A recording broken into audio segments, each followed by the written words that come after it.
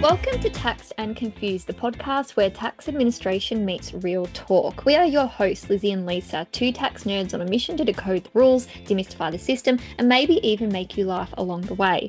From tax returns to objections and everything in between, we're diving into the world where the burden of proof is on you, not the ATO. That's right, this isn't criminal law. In tax, you're guilty until proven compliant. But just a quick heads up, this podcast is for educational purposes only. It's not tax advice, and it's definitely not a substitute for professional guidance tailored to your situation. So brace for bureaucracy and join us as we explore the weird, the wonky, and the wildly important world of tax admin. Because when it comes to tax, we're all a little taxed and confused. So Lisa, in this episode, we explore the $1,000 instant tax deduction and whether it truly simplifies the tax system or creates a new divide between taxpayers with genuine work-related expenses and those with none at all. So this is law now. It was enacted in June 2026, and there's been a lot of hype in the lead up from the budget that was announced in 2026. It was promptly included in a raft of changes that were quite significant in their own right, which we'll park along the side. Let's look at this $1,000 instant tax deduction. So let's start off with what it actually is. You get $1,000, I get $1,000, we all get $1,000 Oprah style. Can I say that? Yeah.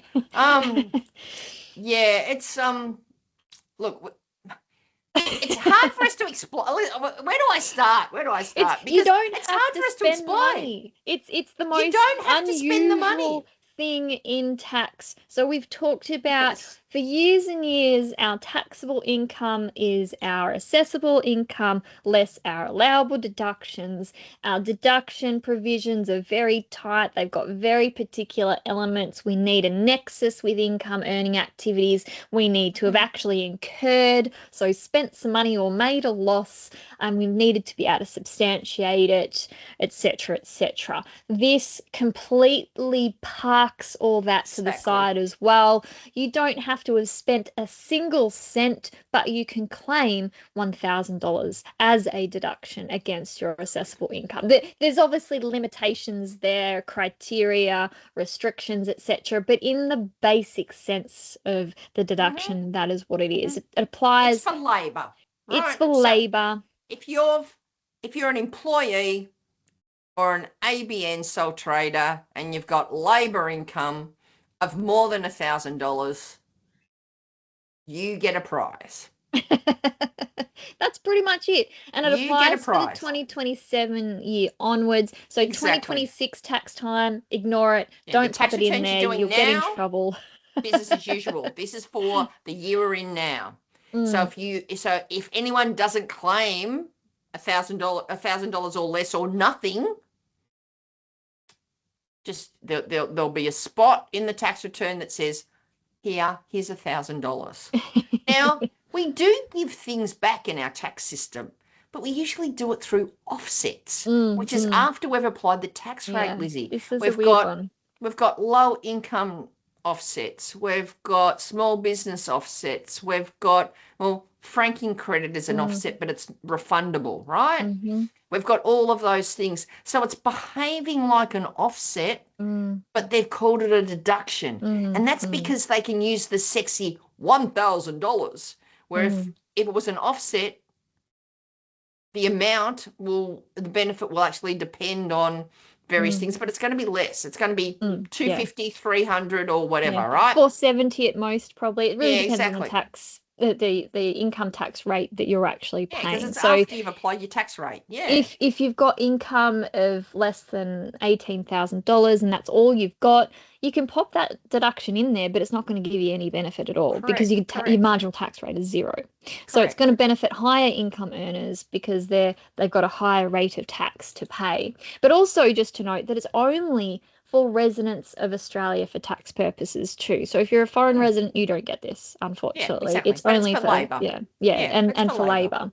And it relates Yeah. really about work-related expenses. So it covers things like car expenses, your general deductions against that labour income, transport that would be deductible, specifically repairs, COVID tests, that there's a specific allowing deduction as well. So there's a range of work from those home. general expenses and specific expenses relating to that labour income. So that replaces all of those. So you can't claim those if you're putting this $1,000 amount in. You can claim other things as well, like deductions that are related to that labour income. So if you've got deductions relating to interest or dividends, they can still go in. You can still include tax agent fees, those sort of things income as well. protection, memberships to trade associations and professional associations. So all those can be claimed on top of it. But otherwise, if you have genuine work-related expenses of more than $1,000, you're still better off claiming under the the more normal approach and the traditional. Let's say traditional approach. The traditional approach that we know and love, because there's a connection with 8-1, which we love. That principle. Exactly. But this is where it's being sold as being fabulous, right? But we've just received the 2024 income tax data, Lizzie, for that. And so that's where once all the tax returns come in, the ATO give us all the metrics of different things that we deduct, right? So for tax agent fees for an individual, I know the number exactly because I remember it, $389 is the average amount that people pay to get their tax returns done. So that's sort of averaged over, with rental properties and things like that. And everyone said, well, that seems probably around about right, because some people will put zero there if they don't use a tax agent, of course. So that's the case. But wonder what the number is for this $1,000 if people are claiming a deduction. What's the average?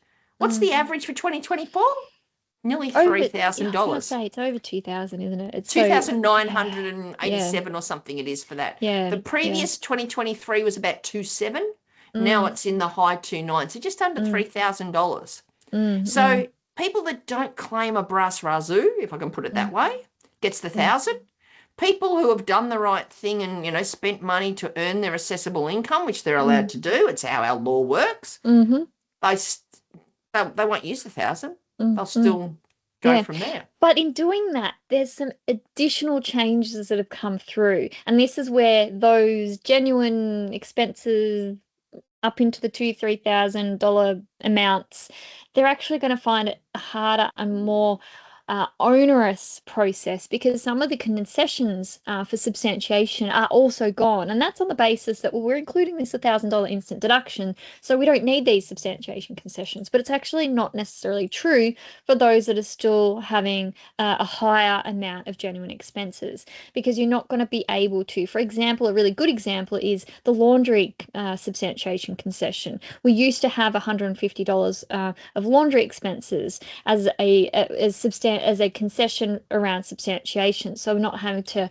work out the cost of the washing machine, the laundry detergent, all that electricity to run everything, to work out the exact loads relating to our work clothing.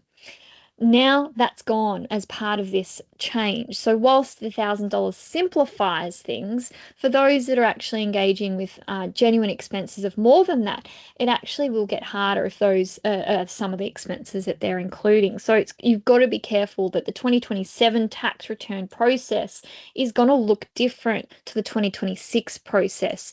Even if you've been claiming all these expenses and they are allowable deductions, you're going to have to really closely examine whether you have been utilizing some of those concessions, because if those concessions are no longer there, have you appropriately got the records in place or determined in a way to establish those expenses to continue claiming those? Otherwise, you may see a drop in what you can actually claim because of those changes. So just be careful coming through this transition period, because it will make it harder for compliance for some taxpayers. And remember, the $1,000 instant tax deduction and these changes of, restricted to residents of Australia for tax purposes, but those concessional removals apply across the board. Really, we need to think really carefully about those changes coming through. But again, the 2026 year has not changed. 2026 tax returns don't have this change to look at. They can still access those substantiation concessions for that side of things. So do you reckon on that basis, is this going to impact how taxpayers engage with the tax system? I think look, I'm not happy with it, Lizzie, and you know that you and I have had conversations about this as well, because our premise for a deduction has always been connection with your assessable income. And that's where we push back. Someone will say, Lisa, can I claim this? And I go, no, because there's nothing to do with your assessable income. So I'm a bit concerned that taxpayers will then treat it as a gift, in effect, just basically, I'm getting money back. Okay.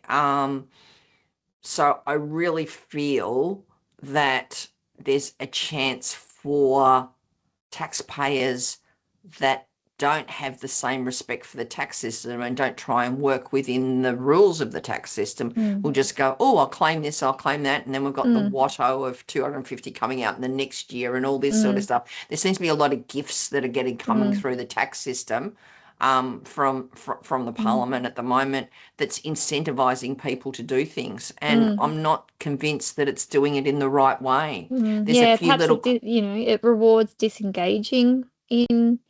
I'm feeling a little bit that way, Lizzie, with it all.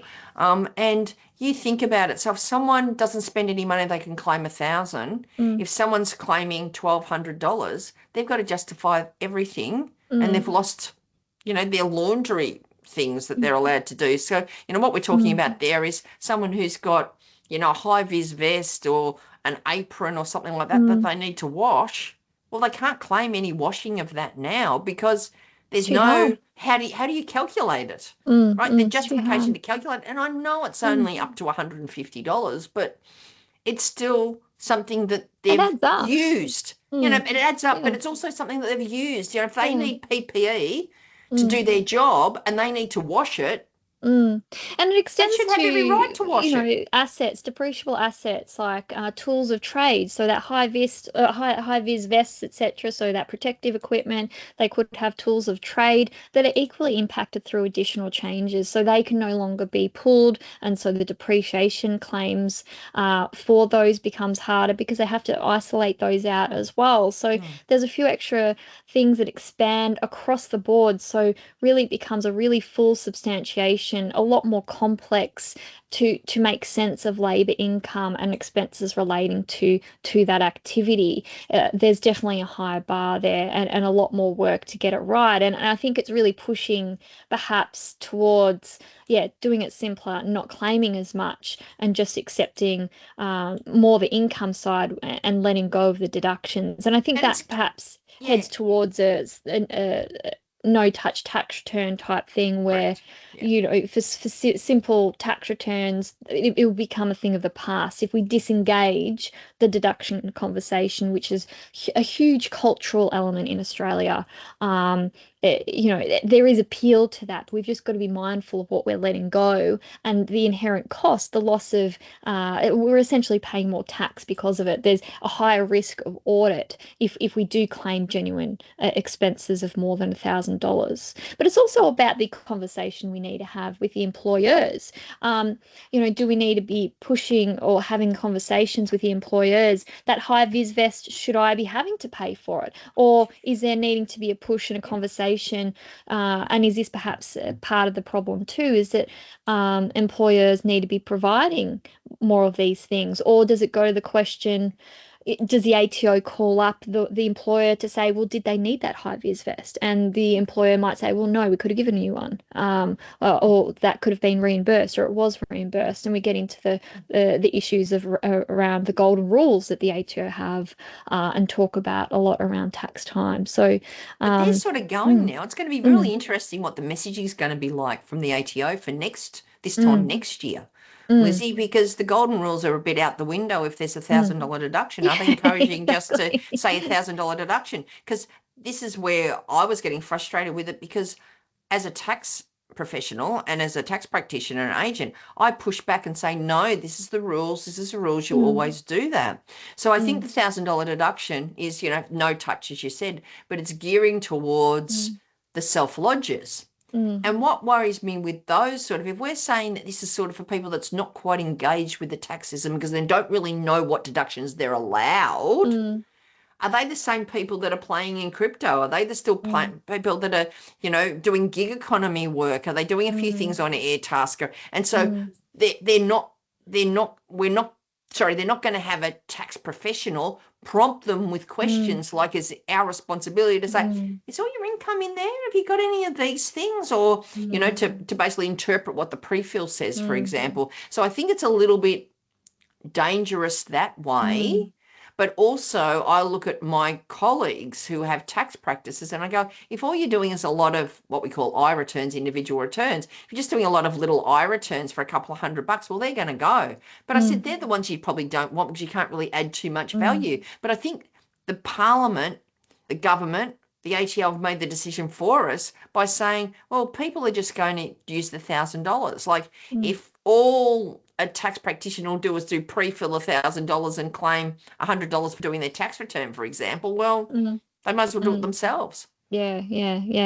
I think it will be interesting to see the stats moving forward to see how much behaviour shifts or how many taxpayers actually take up the instant tax deduction, and whether we see a real drop in those average deductions being claimed moving forward. But it'll take a couple of years to see that. Lizzie. You've looked at the ATO data, but we're also governed by the data that they present to us about the labels in the tax return and things like that. So the stat for me, which they probably won't share with us, but I'd love to know, people that usually the previous year claimed less than $1,000 are now claiming $1,000. And then the people that are still claiming above $1,000, just as a bit of a ratio or a number of we might get the aggregated data in terms of the whole amount, but it'd be just interesting the way that works, because as we know with averaging, and that's the only data we get, we don't get medians or anything like that, or as a percentage of assessable income or taxable income and that sort of thing. But we'll just see how it goes. But it's an interesting way that the government's presented this return. We sort of look in the policy intent, we look at what we're trying to achieve, and I feel like where the road we are heading down to is the same in the UK, which you touched on as well, which is the no touch tax return. In the UK, if you're just a salary and wage earner, you don't even have to lodge a tax return, it just trues itself up at the end of the year. Although that is getting a bit more challenging as we progress in a social media or gig economy type space, because if you do begin to play or engage in those activities, it actually takes you out of that simple category as well. So whilst we can simplify and start looking at streamlining deductions, and traditionally that would reduce or remove the need really for a tax return at all of these activities in a modern society that we're actually engaging with recreates or creates complexity and the need for a little bit more attention in other areas, and so I think it's almost like they've missed that sweet spot of when simplifying those tax returns in Australia would have worked and cleared the deck a lot because of that activity. So if we're doing Uber, we're doing Airbnb, we're doing influencing on social media, or we're creatives and have a lot of audience activity engagement over here, that's really been driving a lot. We're seeing a lot more activity over the last several number of years, and so that really shifts the complexity back towards a different space again. So it's quite fascinating to see that dynamic. Well, I also recall when they were originally talking about, I think it would be up to 10 years ago now, about the Board of Tax looking at this instant deduction sort of thing. I'm sure the number was like $3,000 that they were talking about as well. Do you recall that? I think it was 2013 that they were going to bring out. I think it was, and that came from the Henry Review, so around the 2010 mark. And they almost brought it in. I think it was 2013, and it fell down. It was not. It didn't get up, and I think perhaps if it got up at that point, where you didn't have this level of activity, you didn't have the crypto economy, you didn't have that, social media presence to the level we do have today, it perhaps would have made more sense to drive a no-touch tax return. Whereas I think in today's world where we're doing a lot more than just a part-time job or a full-time job, we don't have that level of security. The younger generation certainly doesn't feel like they have that, security or capacity for full-time continuing employment. They're looking at a range of things. Yeah, they're supplementing their income.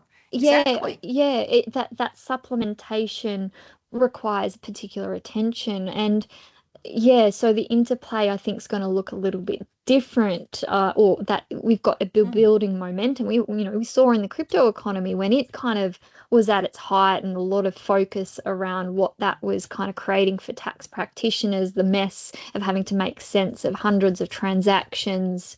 I think at the time, one in every four tax firm was, or one a client in a tax firm would have in theory had crypto activity. I'm not sure if that's kind of softened off. We're not hearing about that now. It's all about AI. It's all about these other things. Yeah, it's a bit different flavour of the month. But even when I was thinking about it though, Lizzie, like we were talking about $3,000 back then, right? And you're saying it's even more than a decade ago. And now, and like with inflation and everything and the cost of living and all that, they've said, we'll give you $1,000. So, it's really only just changing the $300 concession for substantiation we have to for CPI. I'm not sure how it works with the CPI, whether it's still not apples really for much. apples, right? Because the substantiation exemption still had to have a link to assessable income. This one's got none. Yeah, and that's what I don't like about it. There's no logic with it.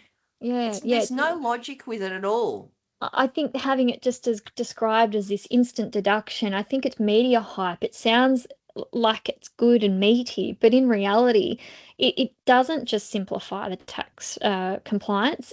The associated changes actually make things more complex. And ultimately, it'll be interesting to see how it plays out, and whether the carve-outs that it comes with, so the fact that you can still claim certain elements as well as other deductions that are not related to labour income, will it benefit through what the combination of expenses that you can still claim.